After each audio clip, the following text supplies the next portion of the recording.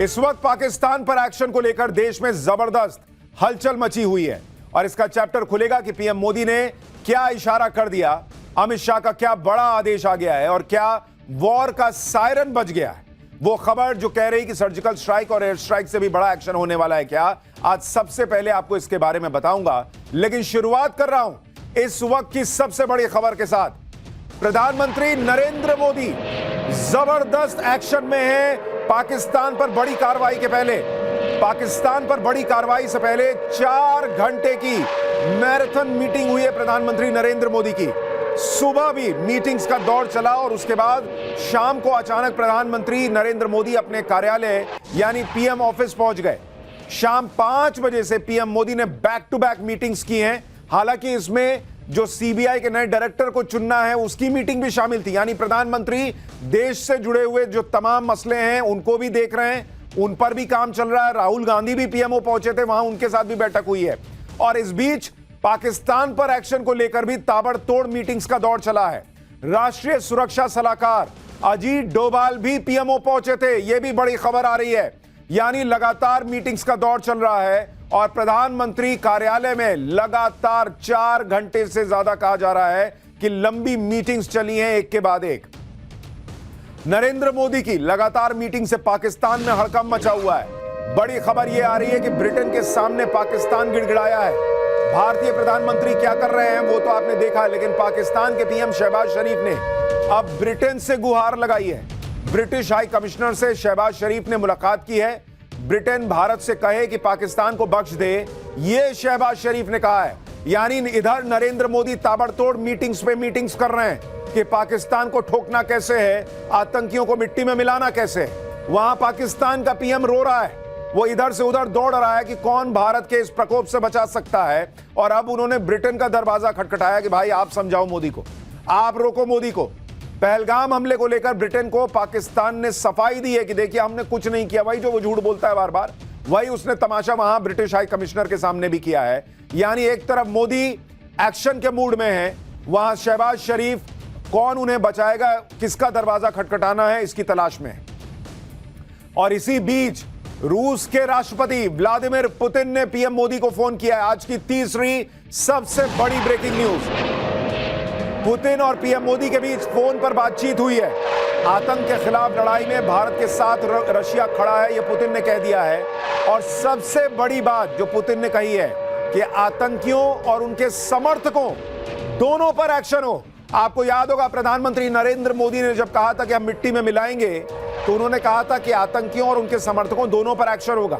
यही भारत का स्टैंड रहा है और यही पुतिन ने फोन करके नरेंद्र मोदी से कहा है कि आप ठोकिए आतंकियों को भी और उनके समर्थकों को भी। यानी रूस ने सीधे सीधे भारत के साथ खड़े होने का ऐलान कर दिया है, खुला ऐलान कि पाकिस्तान को ठोकना है ठोकिए, रूस खुला समर्थन करता है। और ये खुद पुतिन ने फोन करके कहा है। मतलब ऐसा नहीं कि नरेंद्र मोदी ने फोन करके कहा कि यार दोस्त तुम मेरे साथ हो कि नहीं हो। पुतिन फोन करके मोदी को कह रहे हैं कि भाई जो पहलगाम में हुआ बहुत गलत हुआ और जिसने किया है उसको भी ठोको और जिसने समर्थन दिया उसको भी ठोको। यानी पाकिस्तान के खिलाफ भारत को एक और बड़ी कामयाबी मिली है। दुनिया भारत के साथ खड़ी है, रशिया भारत के साथ खड़ा है। ट्रंप कह रहे हैं कि भाई ये लोग आपस में देखेंगे, मैं बीच में पड़ूंगा नहीं। इजराइल साफ साफ साथ में खड़ा है। पाकिस्तान दिन ब दिन अकेला पड़ता जा रहा है और पाकिस्तान को अब बचाने वाला कोई नहीं दिख रहा। और इसीलिए पाकिस्तान से एक और बड़ी खबर आपको बताऊं, Pakistan army chief general Munir अचानक एलओसी पर पहुंचा है, यह कहा जा रहा है। एक हफ्ते में दूसरी बार बॉर्डर पर जनरल मुनीर के पहुंचने की खबर है। हालांकि यह तस्वीर पुरानी है। कई लोग पाकिस्तान में ही कह रहे हैं कि असीम मुनीर अपना लेटेस्ट वीडियो लाइव क्यों नहीं डालता, कि इसको पता कि वो झूठी खबरें जो है वो फैला रहा है कि वो वहीं पाकिस्तान में है। जनरल असीम मुनीर को भारत के बड़े एक्शन का डर है, इसलिए कहा जा रहा है कि वो बार बार या तो एलओसी पे जा रहा है या एलओसी पे गया है, ऐसी तस्वीरें दिखा रहा है ताकि उसकी सेना जो है वो मोटिवेटेड रहे। ये बार बार कहा जा रहा है। तो ये आज की चौथी बड़ी खबर आपको बता रहा हूं। पाकिस्तान के पीएम इधर से उधर दौड़ रहे हैं कि भाई कोई बचाओ मोदी से और मोदी के भारत से। और पाकिस्तान का आर्मी चीफ ये दिखावा कर रहा है कि भाई वो बॉर्डर पे जा रहा है, अपने सैनिकों से मिल रहा है और पाकिस्तान जवाब देने के लिए तैयार है। अगर जवाब देने के लिए तैयार है तो तुम्हारा पीएम इधर से उधर दौड़ क्यों रहा है? उसको बोलो घर में बैठे, उसको बोलो मीटिंग करे।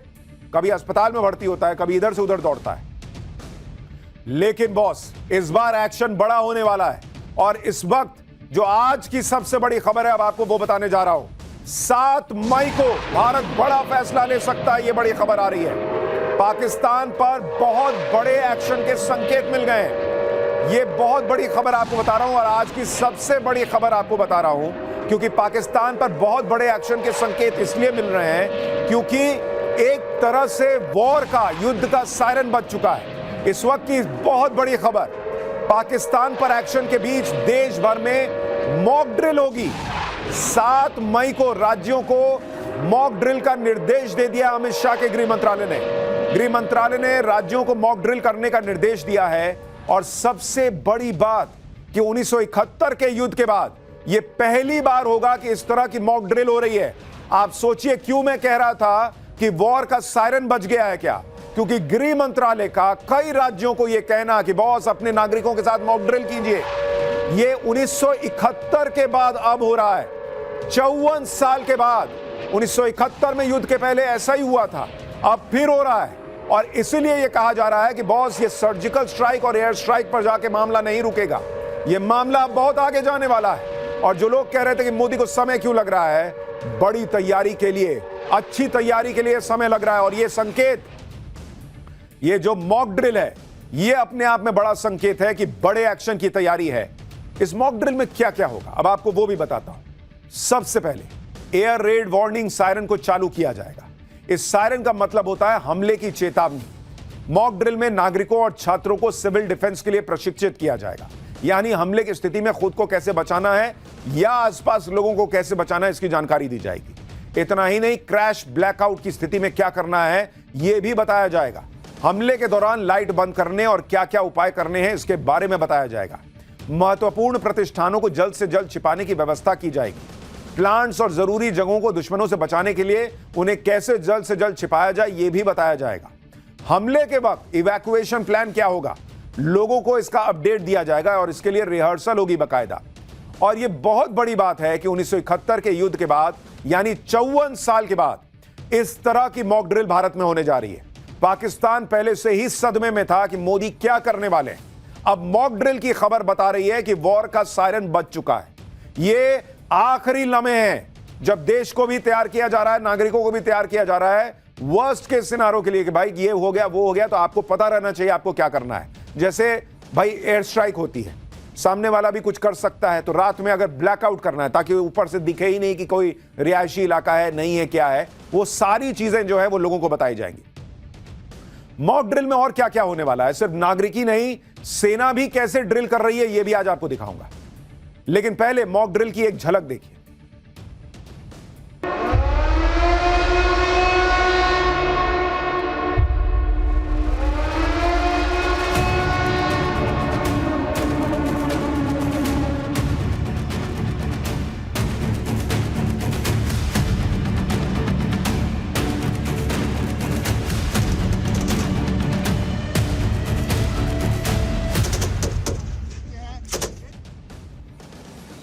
देश भर में इस मॉक ड्रिल को युद्ध का सायरन माना जा सकता है।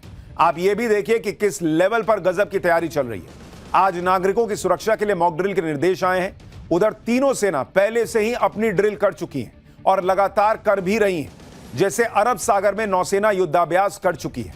हाईवे पर राफेल सुखोई को टचडाउन को आप देख चुके हैं, एयरफोर्स ड्रिल कर चुकी है। और इसके अलावा कल रात सेना ने भी बॉर्डर एरिया में ब्लैकआउट का रिहर्सल किया था, यानी तीनों सेनाएं अपना मॉक ड्रिल कर रही हैं और नागरिकों का अपने लेवल पे मॉक ड्रिल चल रहा है या चलेगा।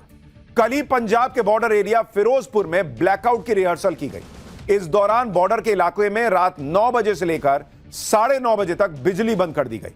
फिरोजपुर कंटोनमेंट एरिया में अंधेरा छा गया। आप देखिए कैसे पूरा अंधेरा हो गया इलाका।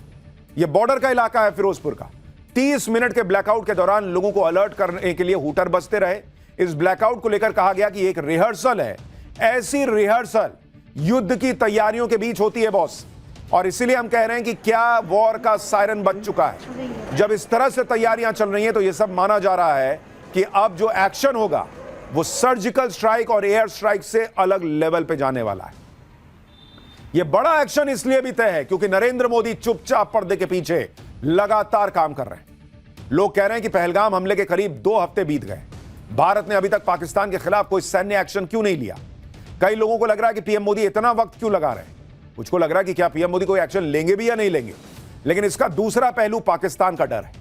पाकिस्तान को पता है कि यह देरी इस वजह से नहीं हो रही कि भारत एक्शन को टाल रहा है या एक्शन नहीं लेगा, बल्कि पाकिस्तान को यह समझ आ गया है कि मोदी जितना वक्त ले रहे हैं उसका सीधा सीधा मतलब है कि एक्शन बहुत बड़ा होने वाला है। बात अब सर्जिकल और एयर स्ट्राइक के मामले से कहीं आगे जा सकती है, एक लिमिटेड एक्शन से बहुत आगे निकल चुकी है। अगर मोदी अपना टाइम ले रहे हैं यानी ऐसा एक्शन होगा जो पाकिस्तान की कल्पना से परे होगा, जो प्रधानमंत्री मोदी ने कहा है। अगर मोदी टाइम ले रहे हैं तो हो सकता है कि वो पाकिस्तान के साथ फुल एंड फाइनल एक्शन के मूड में है। अगर पीएम मोदी टाइम ले रहे हैं यानी एक्शन ऐसा होगा कि पाकिस्तान का टाइम हमेशा के लिए खत्म हो जाएगा और उसे तबाह होते हुए पूरी दुनिया देखेगी।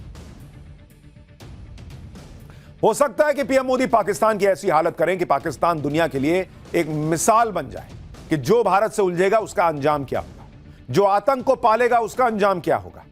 यानी कुल मिलाकर पाकिस्तान यही सोच रहा होगा कि मोदी का ज्यादा टाइम लेना ज्यादा बड़ी तबाही की आहट तो नहीं।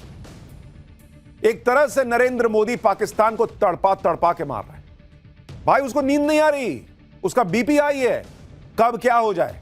इधर से उधर जो दौड़ रहा है, सोचिए उसके नागरिकों को कैसे लगता होगा कि हम कैसे दो कौड़ी के देश में रहते हैं यार। मेरा पीएम इधर से उधर दौड़ रहा है कि कोई बचाओ मोदी से, कोई बचाओ भारत से। और वहां की पब्लिक भी अब भारत के साथ मोदी के साथ खड़ी हो रही है, वो भी आगे दिखाऊंगा। लेकिन आप रक्षा मंत्री राजनाथ सिंह का बयान सुनिए, जो कह रहे हैं कि जैसा एक्शन देश चाहता है ना वैसा ही एक्शन पीएम मोदी प्लान कर रहा है। सुनिए। साथियों, एक रक्षा मंत्री के रूप में मेरा दायित्व है कि मैं अपने सैनिकों के साथ मिलकर देश की सीमाओं की सुरक्षा सुनिश्चित करूं और मेरा यह दायित्व है कि अपनी सेना के साथ मिलकर देश के ऊपर आंख उठाने वालों को मुंहतोड़ जवाब दूं।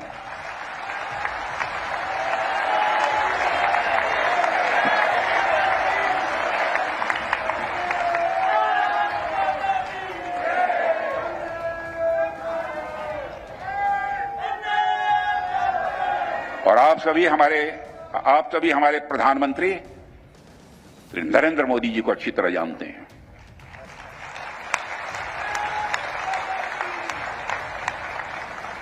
उनकी कार्यशैली से भी अच्छी तरह परिचित हैं, उनकी दृढ़ता से भी अच्छी तरह परिचित हैं।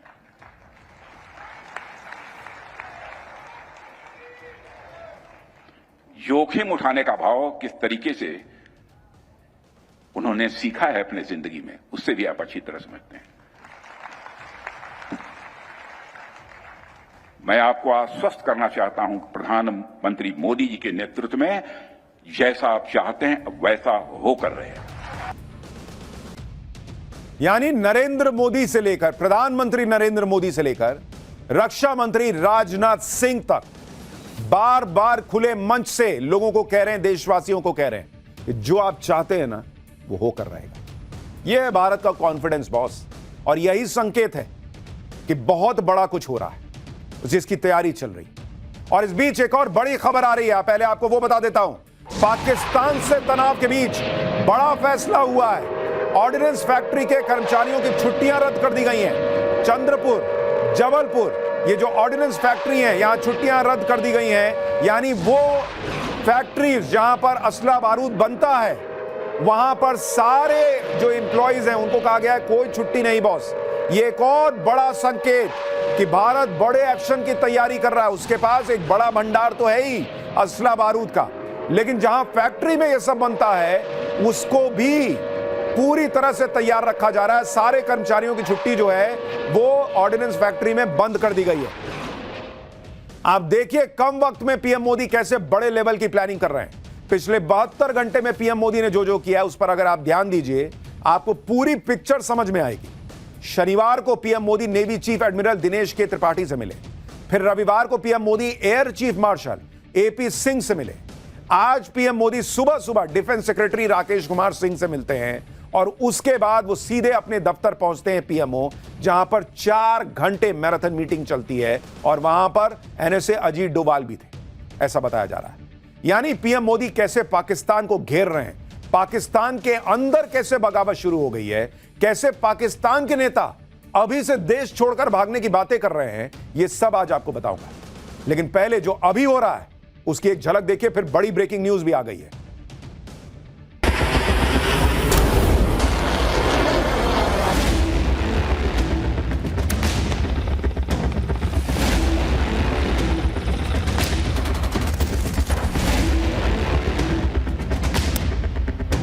ऐसा इक़दाम करेंगे कि दोबारा पाकिस्तान 100 मरतबा सोचेगा।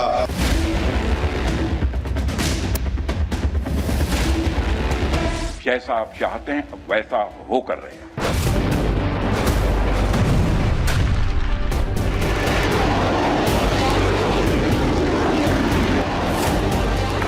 उनकी कल्पना से भी बड़ी सजा मिलेगी।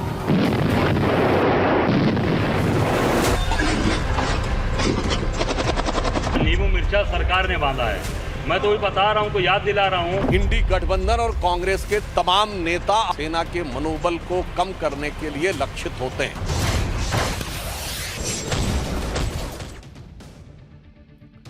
यानी नरेंद्र मोदी अपनी तैयारी कर रहे हैं, उधर कांग्रेस के नेताओं का अपना हिसाब चल रहा है, वो भी आगे दिखाऊंगा। लेकिन इस वक्त एक और बड़ी खबर, वो भी आपको बता दूं, इंडियन नेवी ने एक और बड़ा टेस्ट किया है। मल्टी इन्फ्लुएंस ग्राउंड माइन यानी MIGM का टेस्ट हुआ है। समुद्र में धमाके के साथ यह टेस्ट किया गया है। जरा उसकी तस्वीर देखिए। पाकिस्तान का हालात ऐसे ही सूखा हुआ है कि नरेंद्र मोदी जो है, इस बार भारत जो है वो समुद्र के रास्ते हमला ना कर दे। और अब इस वक्त तस्वीर आ गई है, नेवी ने एक और टेस्ट किया है। मल्टी इन्फ्लुएंस ग्राउंड माइन के धमाके की वजह से समुद्र में जलजला सा आ गया, उसकी यह तस्वीर है। पाकिस्तान को सोचिए हर समय कितनी घबराहट हो रही होगी कि उसके पास भारत की नेवी के सामने टिकने का दम ही नहीं है। और यहां भारत जो है, उसकी नेवी जो है, आप देखिए अंदर धमाका हुआ है और ये ऊपर तक इफेक्ट आया भाई, ऊपर से कुछ नहीं गया, अंदर जो माइन होता है वो फटा है। और उसके बाद देखिए कैसे बड़ करके ऊपर तक जो है वो हिसाब आया है। मल्टी इन्फ्लुएंस ग्राउंड माइन इसको कहते हैं। ये देखिए, ये देख रहे हो उसका असर, ये भारत ने आज टेस्ट किया है। और इंडियन नेवी टेस्ट पर टेस्ट करती जा रही है। इसे देख देखकर पाकिस्तान का बीपी लो हो रहा होगा। पाकिस्तान की हालत यह है कि उसके पास तो हथियार गोला बारूद खरीदने तक के पैसे नहीं है, जबकि भारत भर भर के हथियार गोला बारूद मंगवा रहा है और उसके पास ऑलरेडी है भी। पाकिस्तान पर एक्शन से पहले भारत को अपने दोस्त रूस से एक ऐसा हथियार मिला है जिसके सामने पाकिस्तानी ड्रोन से लेकर हेलीकॉप्टर तक सब फेल हो जाएंगे। चीन के फाइटर जेट्स भी जो है उनको दिक्कत होगी। इस हथियार का नाम है इग्ला एस, जो एयर डिफेंस मिसाइल है। केंद्र सरकार ने सेना को आपातकालीन स्थिति में हथियार खरीदने की जो शक्ति दी है, इसी के तहत यह डील हुई है।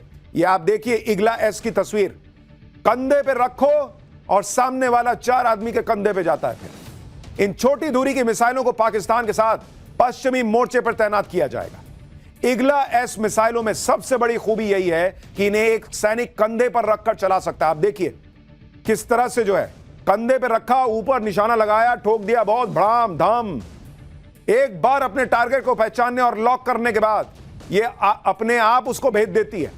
अच्छा, जब निकलती है तो ऐसा लगता है कि यहीं गिर जाएगी, ऐसे निकली ऐसा लगता है यहीं गिरेगी, और उसके बाद भाई साहब बिनबिनाते हुए एकदम ऊपर जाती है, ऐसा स्पीड पकड़ती है। ये मिसाइलें 6 किलोमीटर दूर तक टारगेट को तबाह कर सकती हैं। 11,000 फीट तक की ऊंचाई पर उड़ते हुए टारगेट को आसानी से हिट कर सकती है और 2,266 किलोमीटर प्रति घंटे की रफ्तार से टारगेट की तरफ बढ़ती है। यानी दुश्मन को बचने का मौका कम ही मिलता है। इन मिसाइल्स को अग्रिम मोर्चे पर तैनात किया जा रहा है ताकि दुश्मन के लड़ाकू विमान, ड्रोन और अटैक हेलीकॉप्टर को बेहद करीब से मार गिराया जा सके। आप ये देखिए, ये रूस से आ चुका भारत के पास बॉस, ये आ चुका है भारत के पास। ये है भारत की एक और नई ताकत। ताकत तो अद्भुत भरी हुई है। एक और नई ताकत जिसके बारे में बता रहा हूं, इग्ला एस।